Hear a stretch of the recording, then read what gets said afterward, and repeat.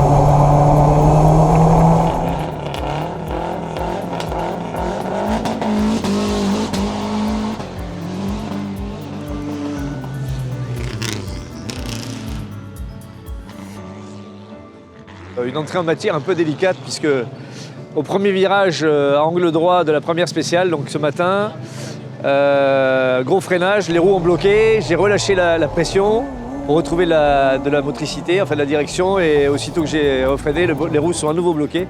Donc on est parti dans le décor, on a fait un tout droit. Heureusement il n'y avait pas d'arbre, il y avait un talus. Nicolas ne m'a pas écouté, j'ai dit à gauche, il est parti tout droit.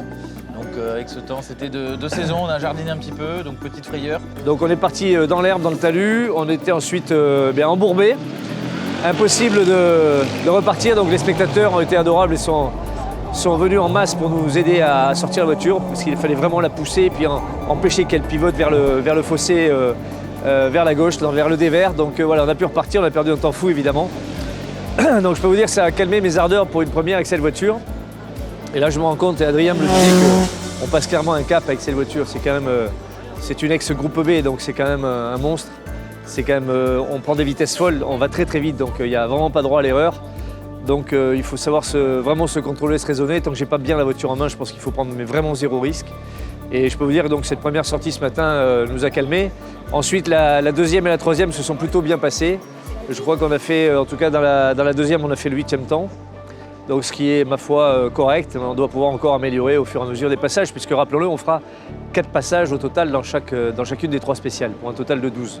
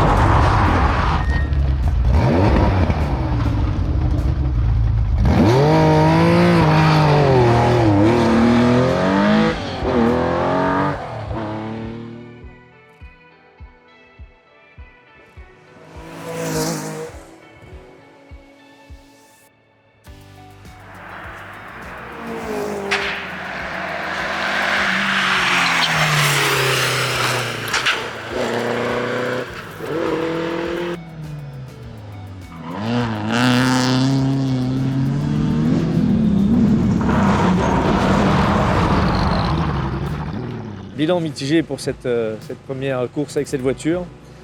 Donc ce matin, comme on l'a déjà dit, on est sorti à la première, heureusement sans gravité, on est monté sur un talus, les spectateurs nous ont aidés à ressortir parce qu'on était enlisés dans la boue. Et bon, la 2 et la 3 c'était bien passé, on a fait je crois le 8e temps de la deuxième, hein, c'est ça. Donc on était plutôt pas trop mal, on commençait à trouver nos marques. Et puis malheureusement, un début d'après-midi qui ne s'est pas très bien passé pour nous, puisque de manière inexpliquée, aux 2 tiers de la spéciale, la première spéciale de l'après-midi, sur un virage à 90, la voiture s'est dérobée et est partie tout droit. Donc on a tapé un talus avec vous voyez, quelques dégâts quand même, puisque l'avant est bien enfoncé. Le team est en train d'essayer de redresser le faux châssis. Enfin, c'est pas très grave, mais en tout cas c'est contrariant parce que on savait en partant après l'assistance des 3 spéciales de ce matin, on savait qu'on avait un problème de freinage avec une fuite sur un étrier de frein. Il semblerait que ce soit le même problème qu'on a eu ce matin, les roues se sont à nouveau bloquées. Mais là de manière complètement inexpliquée parce que j'étais en fin de freinage, donc juste au moment où je commençais à débraquer les roues et je me préparais à réaccélérer. Là la voiture est partie tout droit alors qu'on avait commencé à l'inscrire dans le virage. Donc le team a démonté tous les étriers de frein, on va essayer de corriger la fuite qu'il y avait sur l'étrier gauche. Et puis ils vont rafistoler le capot, on va essayer de repartir demain. Parce qu'il nous faut clairement savoir d'où ça vient.